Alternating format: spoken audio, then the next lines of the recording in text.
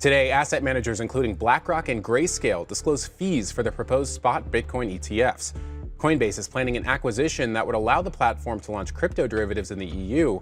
And Ben McMillan of IDX Digital Assets breaks down what a spot Bitcoin ETF in the US could mean for retail investors.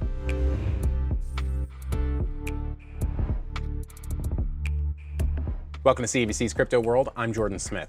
Crypto prices in the green to kick off the week with the much anticipated decision on spot Bitcoin ETFs just a couple of days away. As of noon Eastern, Bitcoin traded just under $45,000 as the expectation of an imminent approval of at least one spot Bitcoin ETF has propelled the cryptocurrency's price. Ether and Solana climbed more than 1.5%.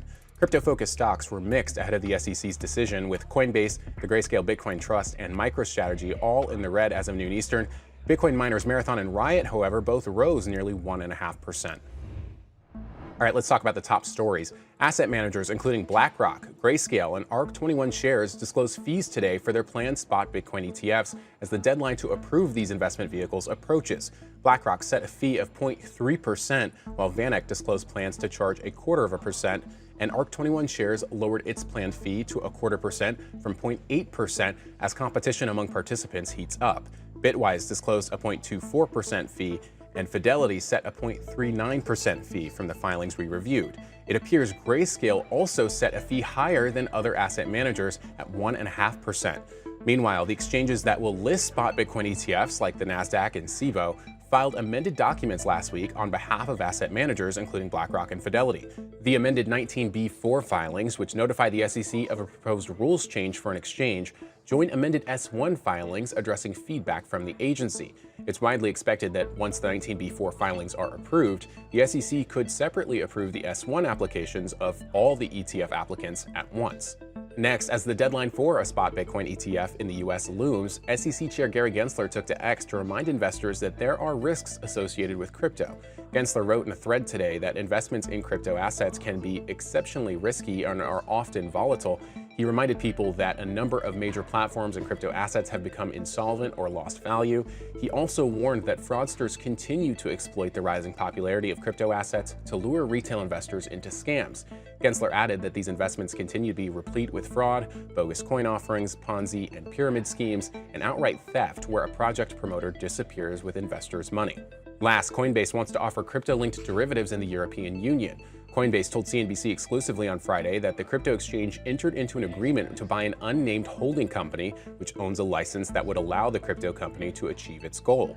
That license refers to the EU's updated rules governing financial instruments, which includes fixed income and derivatives. The move is part of Coinbase's long-standing goal to serve professional and institutional customers, and if it completes the deal, it would mark the first launch of derivatives trading by the firm in the EU. Coinbase already offers spot trading of certain cryptocurrencies, but with a license, the platform would be able to start operating regulated derivatives like futures and options in the region. The deal is subject to regulatory approval, and Coinbase expects it will close later this year.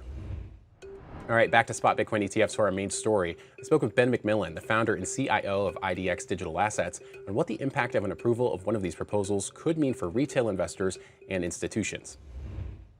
We are a few days or even a few hours away from a decision from the SEC on these potential spot Bitcoin ETFs.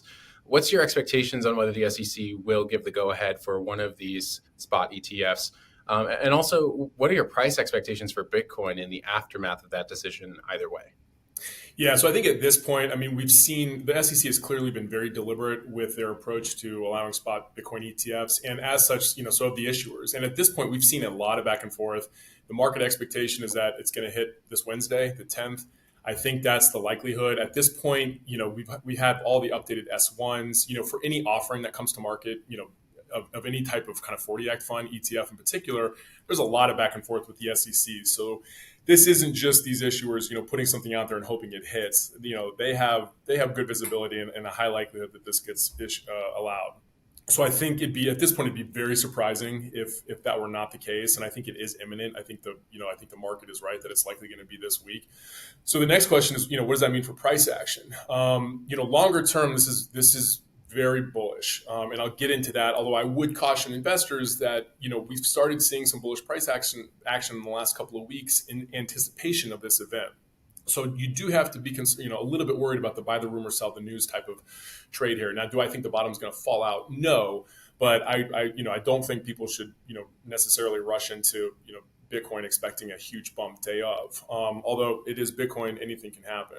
I think what's more interesting, however, is, really what this portends for Bitcoin and specifically the mainstreaming of Bitcoin for the audience, a greater audience. The appeal of the spot Bitcoin ETFs wasn't so much, in my mind, wasn't so much necessarily the fact that it was spot, although that matters to a lot of people.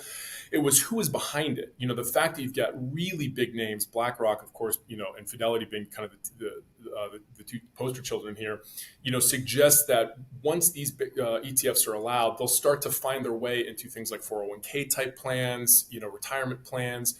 All of a sudden, it's, the idea of Bitcoin in model portfolios is going to be a lot more normalized. And so I think intermediate longer term, this really opens up the audience of people that can invest in Bitcoin. And the last thing I'll say from kind of a market perspective, a structural perspective, is the fact that they're owning spot is, any dollars that come into these ETFs are going to have to buy spot directly. And so, a lot of people are excited about that fact, again, from a structural perspective, being a price catalyst for Bitcoin. Yeah, let's talk about retail investors. A lot's been said about these ETFs and their benefits for Wall Street or for institutions. But in your view, what's the benefit for retail traders buying into these products versus just buying and holding Bitcoin directly? Is it the long-term, say, like 401k replacement, retirement interest there? Is it the stability? What's the benefit over just buying the asset itself? I think the big one is just the kind of the standard benefits of an ETF wrapper. It's easy. It can custody anywhere. It's for a lot of folks, despite the fact that it's relatively simple to set up a Coinbase account, it's another account. It's a leap that a lot of people just aren't going to take, and so we saw with early enthusiasts in Bitcoins, everybody was happy trading in, trading spot with, the likes of Coinbase, et cetera, even some, financial advisors and institutions, but you have to, still custody it yourself. The fact that this can, settle in any account, it's an ETF. There's a huge layer of trust there. And we saw this, with Bitcoin futures, people liked that the CME was now a counterparty. And, they didn't have to necessarily deal with custody issues themselves. I think this is just, one more huge step in that direction in terms of making it very easy for people to just buy it like they would any other stock in any kind of, stock account. So I think we will see retail money flow into this. And, I like I said, I think this is the last really big step in kind of the mainstreaming of Bitcoin, for a huge, much bigger audience of investors. I also want to talk about something that you mentioned earlier. We got some new filings today. We learned more about the fee structure for these spot ETFs. It's somewhere around 0.3% for them on average. Grayscale is a bit higher at more than 1%. Those are higher than, say, the SPY ETF that tracks the S&P 500. That fee is around 0.1%. Do you think those higher fees are justified given the custody process and so forth? Are they at all a deterrent?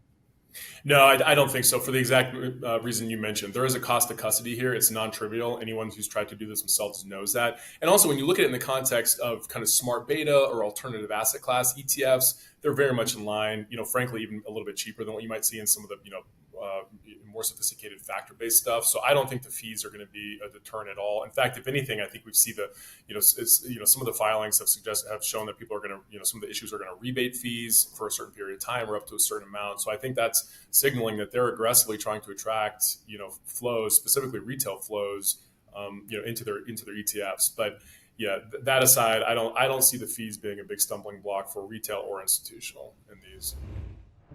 All right, that's all for Crypto World today. We'll be back again tomorrow, and we'll see you then.